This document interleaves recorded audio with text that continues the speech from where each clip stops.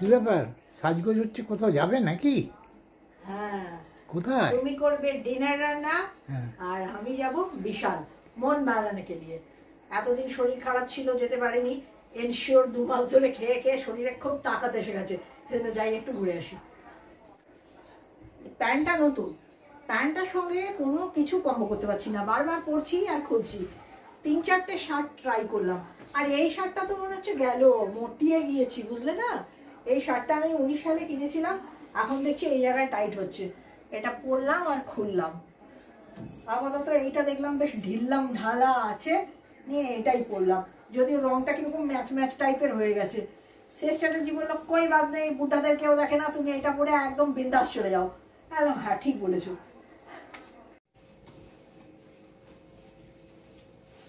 সুপ্রভাত বন্ধুরা।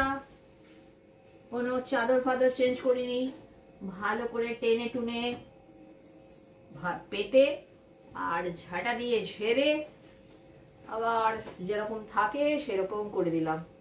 খুব ভেবেছিলাম চাদরটা তুলে আর একটা চাদর পাতি, তারপরে ভাবলাম না, এই ইউটিউবের জন্য বেশি বেশি ম্যানিয়া করে লাভ নেই, ওতে নিজেরই খাটালি বাড়ছে। কারণ এখন চাদর একদম নোংরা হয়নি, কারণ আমি একা শুই আর এসি চলে, তো রাত্রিবেলায় ঘামটামও হয় না। আগেকার দিন হলে নয়, গরম পড়লে 7 দিনের মধ্যেই তোমার এটা চেঞ্জ করে ফেলতে হতো। তোমাদের সঙ্গে কথা বলতে বলতে আমার নাতিকে আদর না করেই ঘর থেকে বেরিয়ে যাচ্ছিলাম। গতকাল সন্ধ্যেবেলায় বিশাল গিয়েছিলাম, তোমাদেরকে বলে গেলাম। বিশালে কি কি কিনেছি দাঁড়াও তোমাদেরকে আমি দেখাচ্ছি, এখনই দেখিয়ে দিই, কারণ এরপর রান্নাঘরে ঢুকে যাব আর সময় হবে না, ওগুলো কাচতে চলে যাবে, আর কাঁচা পদার্থ দেখাতে ভালো লাগে না।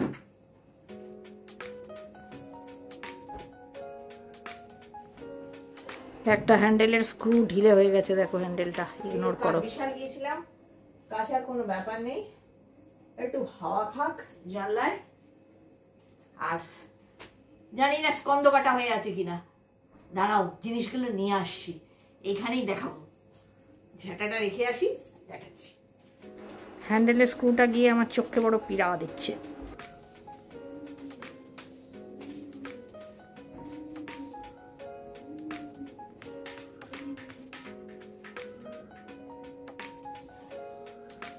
এই দেখো, আরো জিনিস কেনার ইচ্ছে ছিল, কিন্তু একটু নিজেকে লাগাম দিলাম যে ফালতু এত পয়সা নষ্ট করে লাভ নেই।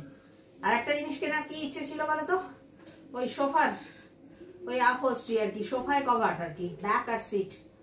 তো আমার এল সোফার তো পাওয়া যায় না, ওই 5 সিটারের গুলো। কিন্তু একটা কি মুশকিল বলো তো, তুমি যদি ভাবো না যে ঠিক আছে এই মাসটা থাক, পরের মাসে কিনবো, হয়তো পরের মাসে গিয়ে দেখবে তুমি আর সেগুলো পেলেই না। যেমন আমার এই লাউঞ্জ প্যান্টগুলোর ক্ষেত্রে হলো, দেখে এসেছিলাম একটা খুব সুন্দর, পছন্দ হয়েছিল, মেয়ে তখন জোরজার করছিল নিয়ে নাও নিয়ে নাও, আর মেয়েই সমানে বিল দিয়ে যাচ্ছে বলে আমি তখন ওইটা মানে বাদ রেখেছিলাম, যে পরের বার এসে আমি নিয়ে নেবো, যে এতগুলো কিনলাম, তাই জন্য আমি এটা ইচ্ছে করে বাদ রেখেছিলাম। আর কালকে গিয়ে দেখছি যেন সেই কালারের সেই প্যান্টটাই নেই। তারপরে অনেক সময় তো হয়ে যাবে তোমার সাইজটা আনঅ্যাভেলেবল হয়ে যাবে, তুমি যে সাইজটা চাইছো। চলো ফোকাস হলাম কিনা কে জানে, দেখাই ভালো করে। গিয়েছিলাম মেনলি সিএস চ্যাটার্জির হাফ প্যান্ট নিতে, জামাই কিনে দিয়ে গেল কি সুন্দর দুটো হাফ প্যান্ট, সেই কোয়ালিটির জিনিসটা, মানে ওই যে বানিয়ান কোয়ালিটির, ওইটাই পরে সিএস চ্যাটার্জি, ওটা কমফোর্টেবল হয়। ক্যাজুয়াল ওয়ারে না ওই বানিয়ান টাইপের জিনিস পরেই সব থেকে বেশি আরাম লাগে। পিওর কটন গুলো পরে আমি যদি এমনি সারাদিনও পরি, মানে এটার এক্সপ্যান্সিটি থাকে না, না এগুলোর ফ্লেক্সিবল হয় না অতটা। আমি কিন্তু সব সময় পরে শুতে পারি না, আমি তখন এটা খুলে আবার অন্য আর কি বানিয়ান কোয়ালিটি পরে শুই। তো ওই সিএস চ্যাটার্জির ওই কোয়ালিটির প্যান্টই নেই, নিতে পারলাম না। আমি গিয়েছিলাম সিএস চ্যাটার্জির জন্য আর আমাদের লঞ্চ প্যান্টের জন্য।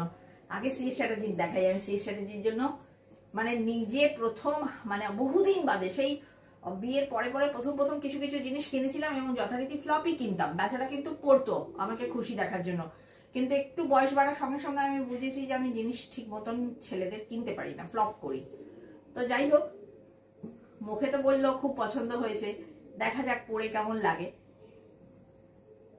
পিওর কটন, তবে জিনিসগুলো আমি হাত দিয়ে এইটুকু বুঝতে পারি যে এগুলো পিওর কটন, তবেই নেবো। এই একটা টি শার্ট নিয়েছি, সব ঘরে পরার। বিশাল থেকে না আমি যা কিনি ঘরে পরার গুলোই কিনি, বাইরে পরার খুব একটা কিছু কিনি না। হ্যাঁ, জিন্স কিনি। এগুলো নিয়েছে তোমার 399 করে। হ্যাঁ, 399 করে। এখানে কোনো একটার সঙ্গে একটা ফ্রি ট্রি এসব ব্যাপার নেই, কারণ চৈত্র সেল, পয়লা বৈশাখ সব মিটে গেছে, অত ওই সমস্ত কিছু দিচ্ছে না। বেশি যা আছে সেই দামেই তোমাকে নিতে হবে। এই দেখো, টাই অ্যান্ড ডাই। আমি, মধুবন্তী, আর রিমি, আমার রায়নু, আমার জামাই সবাই টাই অ্যান্ড ডাই পরে ঘুরে বেড়াচ্ছে। সিএস চ্যাটার্জির একটাও টাই অ্যান্ড ডাই ছিল না, সেই জন্য একটা পেয়ে গিয়েছি, নিয়ে নিয়েছি। কি দুর্দান্ত দেখতে না? বুড়োদের না একটু কালারফুল পড়তে হয়। তোমরা বলবে যে এই বুড়ো মানুষের জন্য তোমরা এত কালারফুল পড়ো কেন? কারণ আমাদের দেখো সাদা চুল হয়ে গেছে, কোনো গ্ল্যামার নেই, কিছু নেই। এখানে জামা কাপড়গুলো একটু গ্ল্যামারাস পড়তে হয়। এটাও আমার বড় মেয়ের সাজেশন। এই একটা, দুটো, আর একটা এইটা। এই বেবি পিঙ্ক কালারটা না শ্রী চ্যাটার্জির খুব প্রিয়, আমি জানি। সঙ্গে আবার এই রয়্যাল ব্লু। এই দেখো, একদম কাপড়গুলো ভীষণ ভালো, পিওর কটন। এটার দাম কম, এটা 299, সেজন্য এটা না আরো পাতলা কোয়ালিটির। এই একটা বছরই পড়বে, শেষ হয়ে যাবে। ওই দুটো, এগুলো পিওর কটন কিন্তু একটু খাপি। আর এটা হচ্ছে গিয়ে সে প্রায় আরেকটু হলে যে স্যান্ডো পরে, সেই স্যান্ডোর কোয়ালিটি হয়ে যেত, কারণ গরমে পরে ভীষণ আরাম। আর আমাদের মা মেয়ের দুজনের জন্য নিয়েছি লাউঞ্জ প্যান্ট। মধুবন্তী নিজে দুটো চয়েস করে নিয়ে নিয়েছে, আমাকে এগুলো দিয়ে দিয়েছে। এই পিঙ্ক, এই দেখো এটা সি গ্রিন, এই দেখো চিতা প্রিন্ট। এগুলো কিন্তু সব পিওর কটন, মানে মিশালি টাইপের যে জিনিসগুলো মিক্সিং করা যে, তাতে কিন্তু খুব ভালো ভালো চকচকে কালার ছিল, কিন্তু আমি ওগুলো নিইনি। আর এগুলো আছে সব ড্রস্ট্রিং। এগুলোর একটা সুবিধে আছে, তোমাকে শুধু শুধু এইটার উপরে ডিপেন্ড করতে হয় না, দড়ি থাকার জন্য সুবিধে। আর মধুবন্তী নিয়েছে নিজের দুটো, পছন্দ করে নিল। ওই সাদা সাদার উপরে এই প্যান্টটা, আর এই যে এইটা। এগুলো সব 219 টাকা করে। হ্যাঁ, এগুলো সব 219 টাকা করে। দাঁড়াও আমি ফোকাসে দেখাবো। আর একটা টপস নিয়েছি ওর জন্য। আর ওকে যতই এনে দাও, কি হয় বলতো, যেটা কাঁচা হয় তারপরে পাট করে বক্সের ওপরে রাখে, ও সেটাই পরে নেয়। বলতে হয় ওকে, আরে বাবা একটা আলাদা কিছু পর। আর এটা হচ্ছে 199 এর একটা pure cotton T shirt, crop types. ক্রপই বোধহয় এটা, দাঁড়াও দেখছি। হ্যাঁ, এটা ক্রপড। এটা ক্রপড। কেমন হয়েছে ফ্রেন্ডস? ও আসল জিনিসটাই তো দেখায়নি। আমি যখন ছিলাম না, তো মেয়ে ফোন করেছিল বাবাকে, তখন বলেছে তোর মা গেছে বিশাল। বলছে ও মা যদি কিছু না পায় অ্যাটলিস্ট ওই কাঁচের জার ছখানা নিয়ে আসবে। কারণ ও জানতো যে মা ওই কটা কিনেছে, কিন্তু ওই কটায় মায়ের মন ভরেনি। ওগুলো ও সমানে যা কিনছি সব ও বিল দিচ্ছিল। যেখানে যাচ্ছি, সে মেলা যাচ্ছি, সে বিশাল যাচ্ছি, ও আসলেও সেটাই হয়। আমি না একটু চেপে চেপে কিনছিলাম, যে ও চলে যাক তারপরে আমি কিনবো, আমাকে তো বিল দিতে দেবে না। প্লাস আবার রাজীব বর্ধমানের বিশাল থেকে শপিং করে এই যে কালকে যে প্যান্টটা পরেছিলাম, ওটাও তো রাজীব কিনে দিয়েছে। আবার একটা ব্ল্যাক 6 পকেটস পরে মেলা গিয়েছিলাম, মনে পড়ছে? ওটাও রাজীব আমাকে কিনে দিয়েছে, বিশাল থেকে কিনে নিয়ে এসেছিল। তো যার জন্য আমি তখন কিনিনি। এই 6টা আমার দরকার ছিল। এটা হচ্ছে গিয়ে একটার সঙ্গে একটা ফ্রি, মানে 79 টাকায় দুটো। তার মানে দাম দাঁড়ালো কত? 40 টাকারও কম। একটার সঙ্গে একটা ফ্রি। আর একটা রয়ে গেছে ওইদিকে, বুঝলে, হাতে করে আনা হয়নি মনে হচ্ছে। না, এই তো এনেছি, বাবারে ভুল আবার করবো। একটার সঙ্গে একটা ফ্রি, মানে 3টে কিনেছি, 6টা নিয়ে এসছি ঘরে। আর দাঁড়াও তোমাদের দামগুলো ভালো করে ফোকাস করে দিই।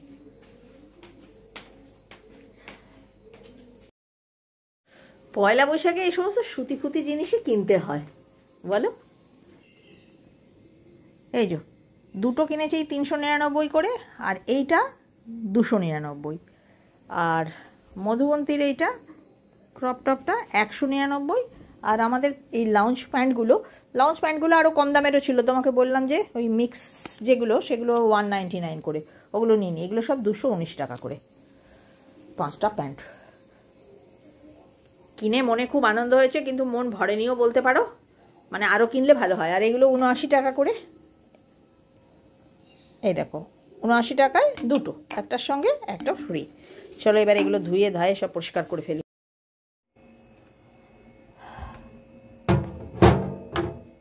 এগুলো এতে যাবে।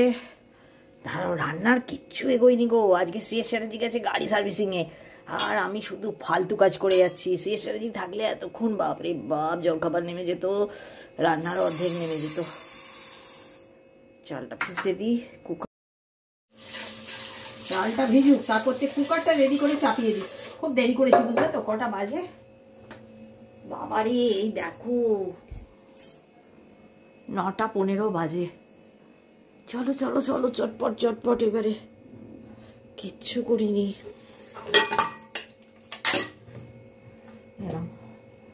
আজকের মেনু হচ্ছে পেঁপে কুমড়ো ভাতে রান্না, অনেক কটি হবে। আচ্ছা, এই যে পেঁপে কুমড়োটা ভাতে দিয়ে দিই, আর এই আলুটুকুও সেদ্ধ করে রাখবো। এটা রাত্রিবেলায় কিছু করব, আলু স্যুপ টুপ টাইপের কিছু হবে। আর গতকালের রান্নাটা তো শেয়ার করা হয়নি, আমি ফোন নিয়ে যাইনি। সে স্ট্র্যাটেজি ইচ্ছে করলেই করতে পারতো, কিন্তু করেনি। গতবার কুঁদরি পেঁয়াজ সর্ষে শুকনো লঙ্কা ফোড়ন দিয়ে ভাজা হয়েছিল, তার অর্ধেকটা উঠেছে, অর্ধেকটা আছে। তো ওটা আজকে রাতে কাজে লাগাবো। আর এই আলুর স্যুপটা হবে, কারণ আমার পেট খুব একটা ভালো যাচ্ছে না ভাই, সবুজ আনাজ টানাজ খাওয়া চলবে না। আর হবে এই যে ঝিরি ঝিরি করে করলা কাটা আছে, করলা সঙ্গে একটু আলু ভাজা। শেষ স্ট্র্যাটেজিকে আলু ভাজাটা বেছে বেছে শুধু করলাটা দেবো। মানে কি বলবো, মানে এটা আমার মুখরুচির জন্যই হচ্ছে, নয়তো এরকম আলু ভাজা আমাদের হয় না। আর মাছ হবে আমার আর শেষ স্ট্র্যাটেজি, আর মধুবন্তী 2 রকম চিকেনই অল্প অল্প করে রয়েছে, ও যেটা খাবে সেটা দিয়ে দেবো। আর হচ্ছে লাউ কাটা আছে, সেদিন পুরো লাউটা কাটা হয়েছিল, অর্ধেকটা রান্না করেছি, বাকি অর্ধেকটা আমার কেটে রাখা আছে ফ্রিজে, ওটা দিয়ে আমি লাউ পোস্ত করবো। তাহলে বুঝতে পারছো কতগুলো রান্না আছে।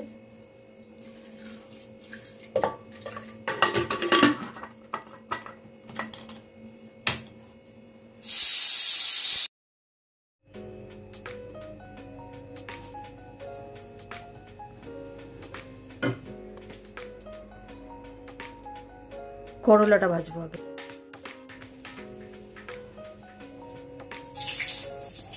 করলা ভাজাটায় দিলাম একটি শুকনো লঙ্কা ফোড়ন, ওইটাই ছ্যাঁক করে উঠলো। যাই হোক, দুগ্গা বলে রান্নাটা স্টার্ট করেছি। আর এই রান্না স্টার্ট করলে ফিনিশ তো হবেই। স্টার্ট করাটাই মহা কি বলবো, আমার কাছে মহা প্রবলেমের হয়ে দাঁড়ায় শেষ স্ট্র্যাটেজি না থাকলে। কোনো তাড়া না খেলে আমার ভেতরে না, মানে ঠিক তাড়া আসে না। অন্যান্য কাজ হতে থাকবে, কাঁচা হতে থাকবে, টুকটুক করে ডাস্টিং হতে থাকবে, রান্না নিয়ে বড় অবহেলা। আজকে না কোনো ব্রেকফাস্ট বানাচ্ছি না, আমন্ড, তরমুজ, খেজুর, চকলেট এসব খেয়েই থাকবো। আমাদের বাড়িতে খেয়াল করে দেখবে কিছু না কিছু ভাতে ভর্তা একটা থাকেই থাকে। তো এই পেঁপে কুমড়ো বার করলাম, আজকে একেবারে যেটাই মাখবো সেটাতেই বার করে নিয়েছি। আমার না খুব একটা ইচ্ছে আছে এই ভাতে মাখার জন্য ওই কাঁশি টাইপের সেরামিক সেট, মানে স্যালাড বোল টাইপের কিনলেই হয়ে যাবে বলো, একটা কেনবার ইচ্ছে আছে। আমি অনলাইনে একটা, অ্যামাজনে একটা দেখে পছন্দ করেও রেখেছি, শুধু অর্ডার দেওয়ার অপেক্ষা।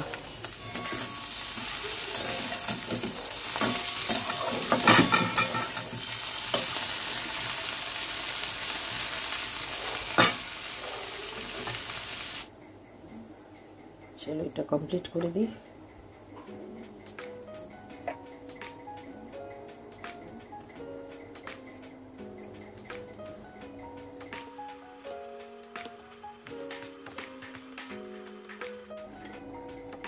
আজকে লাউটা কুকারে পোস্ত দিয়ে করার আগে একটু ভাপিয়ে নিই, 2-3 দিন বাসি হয়ে গেল। আর তাছাড়া কে কড়াইয়ে চাপিয়ে টাইম ওয়েস্ট করবে, তাড়াতাড়ি হয়ে যাবে। আমি অন্য কাজ করতে পারবো, কুকার সিটি দিয়ে দেবে। একটু নুন মাখিয়ে দেবো, 1 কাপ জল, ব্যাস। লাউ দেখবে টাটকায় যতটা ভালো সেদ্ধ হয়, 2-1 দিনের বাসি হয়ে গেলে ততটা কিন্তু হয় না। আমার এক সাবস্ক্রাইবার বন্ধু সেদিনকে আমাকে বলল, যখন হলুদ ছাড়া উচ্ছে আলু ভাজা করবে লাস্টে দেবে একটু গোলমরিচ। তো নামটা আমি ভুলে গেছি, সে যদি এই ভিডিওটা দেখো আমাকে তার নামটা একটু মনে পড়িয়ে দিও। তার নামটা আমি নিতে পারলাম না, মনে নেই বলে, কদিন গ্যাপ পড়ে গেল না, ভুলে গেলাম।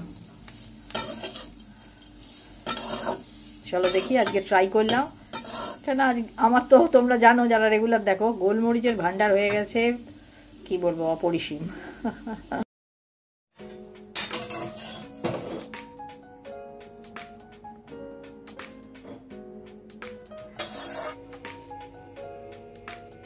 হয়ে গেল তাহলে 2 পদ।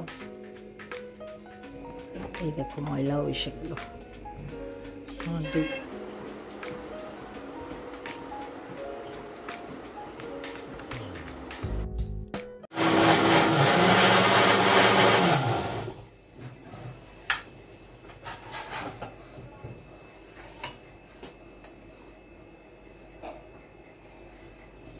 পোস্ত বাটাটা হয়ে গেছে, ওইটাই দেখালাম।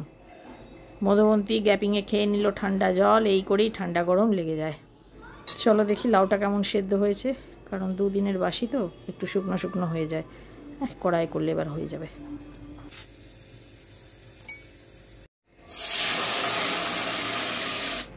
আমি না বাপু পোস্ত দিয়ে বেশ খানিকটা ফোটাই। অনেকে বলে বেশি পোস্ত দিয়ে ফোটালে পোস্তর গন্ধ চলে যায়, কিন্তু আমি সেই পন্থায় যাই না। তার কারণ হচ্ছে গিয়ে পোস্ত দিয়ে যদি কম ফোটে তাহলে ওটা তোমার পেটে ব্যথা করবে, আর পোস্ত দিয়ে ভালো করে ফুটলে সেই প্রবলেমটা হয় না। এটা আমার প্র্যাকটিক্যাল অভিজ্ঞতা।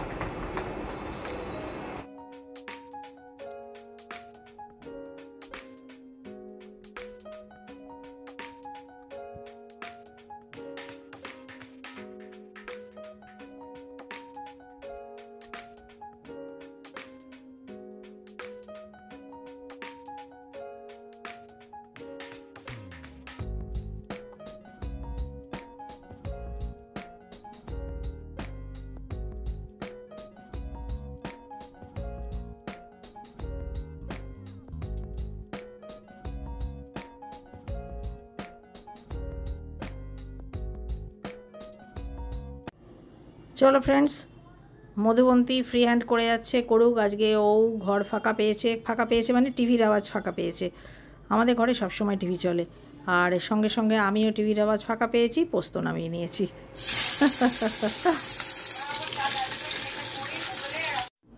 আমি তো সবসময় 3 in 1, রান্না করছি, বড় মেয়ের সঙ্গে ফোনে গল্প করছি, আবার ভিডিওগ্রাফি করছি। এই মুহূর্তে আমি ঢুকে পড়েছি মধুবন্তীর ঘরে একটু ভাইবস নেওয়ার জন্য, আর তোমাদেরকেও শেয়ার করে দিলাম। টুকটুক করে কিন্তু একেবারে রান্নার অন্তিম পর্যায়ে চলে এসেছি। এখন রান্না করছি আমি মাছের ঝোলটা। এটা হয়ে গেলেই ফিনিশ, রান্নাঘর থেকে মুক্তি।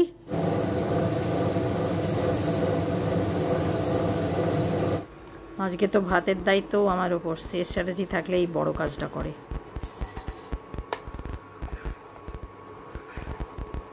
বড় কাজ বললাম এই কারণেই, যেহেতু এটা ওই দিকের কিচেনে হয় না, এই দিকে হয়। একবার এদিক আর একবার ওদিক করতে হচ্ছে।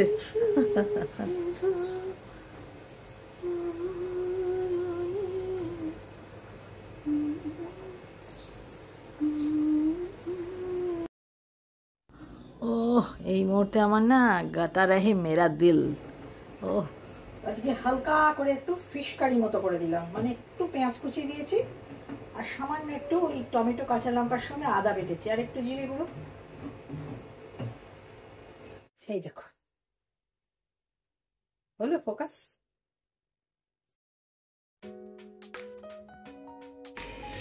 ঘড়িতে সময়টা দেখো 10 মিনিট ফাস্ট আছে। আমি লাঞ্চ রেডি করে টেবিলে লাগিয়ে দিয়েছি। ভাত, কুমড়ো পেঁপে ভাতে, করলা আলু ভাজা, লাউ পোস্ত, আর আমার শেষ স্ট্র্যাটেজির ফিশ কারি, আর মধুবন্তীর একটু দেশি চাইনিজ এটার মধ্যে রয়েছে। ও খুব অল্পই খায়। এই আজকে খেয়ে নিলে শেষ।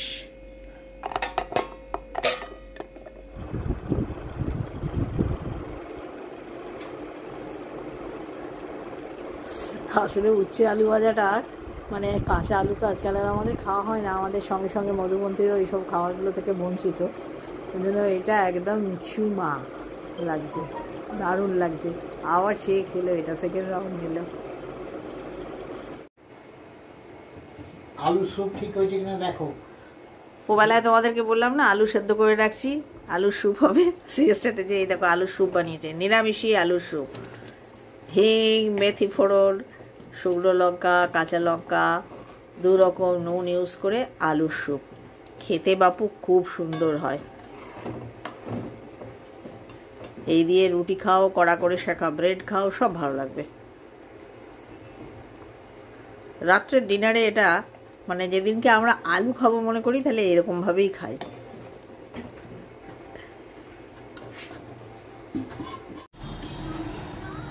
সোজা বিগ বাস্কেট দেখতে পাচ্ছ কি সুন্দর লাগছে। আমি জানি না ক্যামেরায় বোঝাতে পারছি কি না, এবার জমজমাট লাগছে। যখন এসেছিলাম তখন কেমন ছিল অন্ধকার অন্ধকার জায়গাটা, আমূল পরিবর্তন হয়ে গেল।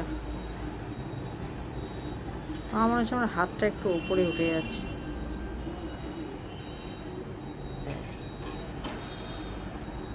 একটু জুম করলে হবে।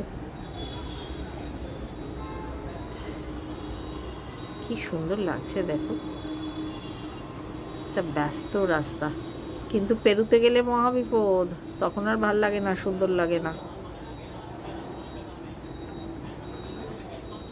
চলো, এই হচ্ছে রাতের দৃশ্য, দেখানো হয় না তাই আজকে দেখালাম। বাই বাই আজকের মতো।